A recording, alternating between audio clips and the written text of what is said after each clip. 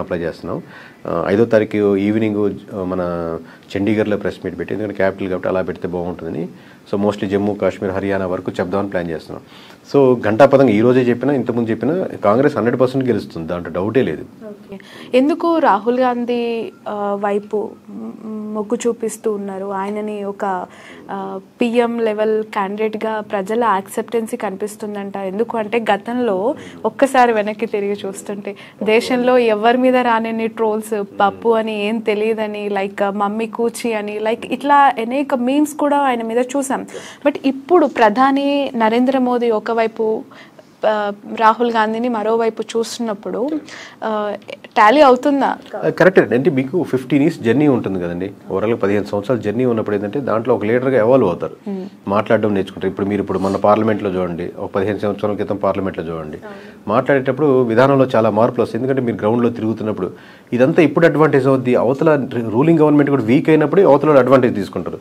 నిజంగా అద్భుతంగా మారుతుంటే ఇంతకుముందు కాంగ్రెస్ నడిచిన వాళ్ళు కూడా ఇప్పుడు బీజేపీ కన్వర్ట్ అవుతారు. సో బీజేపీ వీక్ అవ్వడం అనేది కాంగ్రెస్కి, లేదా కాంగ్రెస్ని లీడ్ చేసినటువంటి రాహుల్ గాంధీ గారికి ఇంకా అడ్వాంటేజ్ అవుతుంది. ప్యారల్గా ఆయన నలగడం, అలాగే స్టేట్లో ఉన్నటువంటి అక్కడ జాట్ కమ్యూనిటీ బాగా స్ట్రాంగ్గా ఉంటుంది, మోస్ట్ ఇన్ఫ్లుయెన్షియల్ క్యాండిడేట్గా ఉంటారు. సో వాళ్ళు అగెనిస్ట్గా ఉండడం, రైతు ఉద్యమాలు అక్కడ అగెనిస్ట్గా ఉండడం, ఫోగట్ ఇష్యూ జరిగింది, బ్రిడ్జ్ భూషణ్కి జరిగిన ఇష్యూ, అది ఎక్కువ బాగా వైరల్ అవ్వడం. అక్కడ మామూలుగా మన దగ్గర ఏపీలో తక్కువ కానీ అక్కడ పైల్వాన్లుగా ఎక్కువ ట్రైన్ అవ్వడం కానీ ఆ కమ్యూనిటీ బాగా ఉంటుంది, ఆ సెక్షన్ ఆఫ్ పీపుల్ వాళ్ళు అగెనిస్ట్గా ఉండడం. ఖట్టర్ గారి మీద బాగా అగెనిస్ట్గా వచ్చారు. ఆయన మార్చినప్పుడు సైని గారిని పెట్టినప్పటికీ కూడా అది డిలే అయిపోయింది బాగా.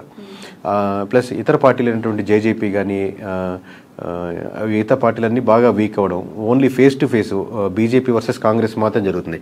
ఇప్పటి నుంచి జరిగే ప్రతి ఎలక్షన్స్లో ఎక్కడైతే బీజేపీ వర్సెస్ కాంగ్రెస్ జరుగుతుందో అక్కడ డ్యామ్ షూర్ ఖచ్చితంగా కాంగ్రెస్ విన్ అవుద్దండి, మోస్ట్ ఆఫ్ ది పార్టీ కేసెస్లో. ఓకే, మోస్ట్ ఆఫ్ ది స్టేట్స్లో కానీ ఇండివిజువల్ నియోజకవర్గాల్లో కానీ. రైట్. అంటే ఒక పార్టీకి నాయకుడిగా అతన్ని చూడాలి అంటే, పిఎం స్థాయి లెవెల్లో ఒక క్యాండిడేట్ని చూడాలి అని అంటే చాలా ఆస్పెక్ట్స్ ఉంటాయి.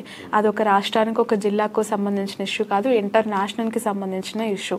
సో దేశం యొక్క చరిత్ర, దేశ భౌగోళికంగా అన్ని రకాలుగా బీజేపీ గవర్నమెంటే పైకి తీసుకెళ్ళింది. ప్రపంచంలోనే ఒక అద్భుతమైన దేశంగా బీజేపీ మాత్రమే నిలబెట్టింది అనే వార్తలు ఇప్పటి వరకు మనం ఆ నాయకుల నుంచి, ఆ పార్టీ కేంద్ర మంత్రుల నుంచి వింటూ ఉన్నాం. సో అలాంటి ఒక సిచ్యువేషన్ని రాహుల్ గాంధీ డైవర్ట్ చేసుకోగలుగుతున్నారా? ఎందుకు అని అంటే అది ప్రజల నుంచి రావాలి, అలా ప్రజల్లో ఎమర్జ్ అవ్వగలగాలి. అతను చేసిన లైక్ యాత్ర ఎంతవరకు ఉపయోగపడింది, ప్రజల్లో అతన్ని పట్ల ఉన్న విశ్వసనీయత గ్రౌండ్ లెవెల్లో మీకేం కనిపించింది towards Rahul Gandhi? Any political party మీరు ఇప్పుడు చూస్తే ఇందిరాగాంధీ గారికి వెళ్ళారనుకోండి, గరీబీ హఠావో కానీ కాన్సెప్ట్ చేశారు. నిజంగా మనకు ఇక్కడ పేదరికం నిర్మూలించింది ఎవడు పేదవాళ్ళు లేడు అనుకోండి, కంపల్సరీ వాళ్ళకే ఓటేస్తారు. లేదా దేశం వెలిగిపోతుందని ఇంతకుముందు ఒకసారి బీజేపీ స్టార్ట్ చేసింది. సో నిజంగా దేశం వెలిగిపోతుంది, అన్ని పరంగా మేము హ్యాపీగా ఉన్నామంటే వాళ్ళు మళ్ళీ టర్న్ అవుతారు. మీరు చెప్పినట్టు ఇప్పుడు సిట్టింగ్ గవర్నమెంట్ ఉన్నటువంటి బీజేపీ కూడా అసలు దేశం ఇంత ముందడిగిలిందంటే ఎప్పుడు లేదు, ఇంత హ్యాపీగా ఎప్పుడు ప్రజలు లేరు అనుకున్నారు అనుకోండి, నిజంగా అలాగే ఉంటారు. సో అబ్వియస్లీగా సిట్టింగ్ గవర్నమెంట్ ఎప్పుడు కూడా చాలా పాజిటివ్గానే చెప్తుంది. బట్ ప్రజలు ఎక్కువ మంది నమ్మట్లేదు అనుకోండి, ఆ ఓట్ బ్యాంకింగ్ షిఫ్ట్ అవుతుంది. వీళ్ళు అన్నారు కాబట్టి అవును బీజేపీ ఇలా అంటుంది కదా, ఆ స్టేట్మెంట్ కరెక్టే, లేదా పేపర్లో పెద్ద మెయిన్ పేపర్లో యాడ్ ఇచ్చారు కదా ఇది కరెక్టే అని ఇండివిజువల్గా తను ఓటేస్తాడు. ఇర్రెస్పెక్టివ్ ఆఫ్ దేశం అంతా ఎలా వెళ్తుందని ఎవడు ఓటు వేయడండి. నా సమస్యలు ఏంటి, నేనేం కోరుకుంటున్నాను, ఇది బెస్ట్ ఇది బెటర్ అనుకుని వేస్తారు. మేము యాజ్ ఏ సర్వే కంపెనీ సంస్థ ఇలాంటి వాళ్ళు గ్రూప్ ఎలా ఎంతమంది ఉన్నారు, ఈ గ్రూప్ ఎలా ఎంతమంది, ఎంత పర్సెంటేజ్ షిఫ్ట్ అవుతుంది, దీన్ని అనలైజ్ చేసుకొని చెప్తాం.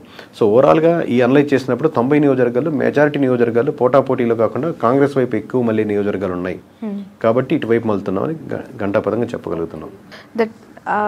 Haryana okay, what about Delhi and మహారాష్ట్రకి సంబంధించి? అంటే ఇప్పుడు మేము అబ్జర్వ్ చేస్తున్న జమ్మూ అండ్ కాశ్మీర్ కావచ్చు, హర్యానా కావచ్చు, మహారాష్ట్ర కావచ్చు, ఢిల్లీ కావచ్చు, జార్ఖండ్ కావచ్చు, ఇక్కడ ఎక్కడా కూడా బీజేపీ వర్సెస్ కాంగ్రెస్ జరిగే నియోజకవర్గాలు ఎక్కడ కూడా మెజారిటీ నియోజకవర్గాలు గెలిచే ఆస్కారం కనపట్లేదండి మాకు బీజేపీకి.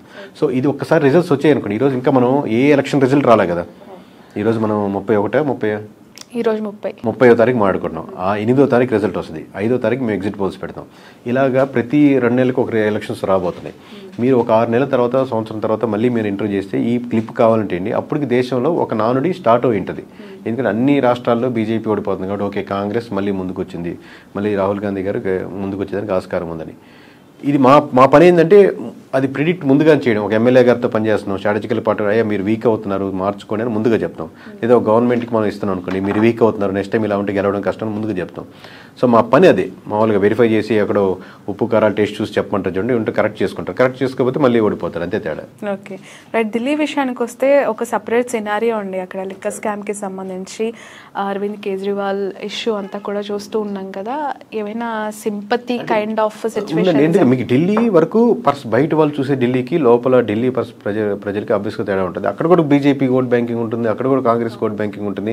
బట్ మోస్ట్లీ ఆమ్ ఆద్మీ పార్టీ అడ్మినిస్ట్రేషన్తో అక్కడ చేసే వర్క్తో most of the people satisfied అనుకోండి, వాళ్ళు గవర్నమెంట్ మళ్ళీ ఫామ్ చేస్తారు. లేదు కాంగ్రెస్ అసోసియేటీ మళ్ళీ ముందుకు వచ్చింది అనుకోండి, మళ్ళీ గవర్నమెంట్ ఫామ్ చేయడం ఇంకా ఎక్కువ అవకాశం ఉంటుంది. ఓకే, ఇప్పుడు అతిషి తీసుకుంటున్న డెవలప్మెంట్స్ అంటే కొత్తగా ఆమె చైర్లోకి వచ్చినా కూడా ఎలా ఉందంటారు ఇప్పటి వరకు అక్కడ సిచ్యువేషన్ ఆమ్ ఆద్మీ పార్టీకి? అంటే ఆబ్వియస్లీ ఇంకా కోర్ టీంలోనే రన్ అవుతున్నారు తను, ఇంకా తన మార్క్ ఆఫ్ పాలిటిక్స్ ఇంకా ప్రభావం ఇంకా స్టార్ట్ చేయలేదు. Okay okay right. Coming to Telugu states అండి, చాలా ఉన్నాయి అసలు ఏ చెప్పినా వైరల్ అవుతుంది మామూలుగా.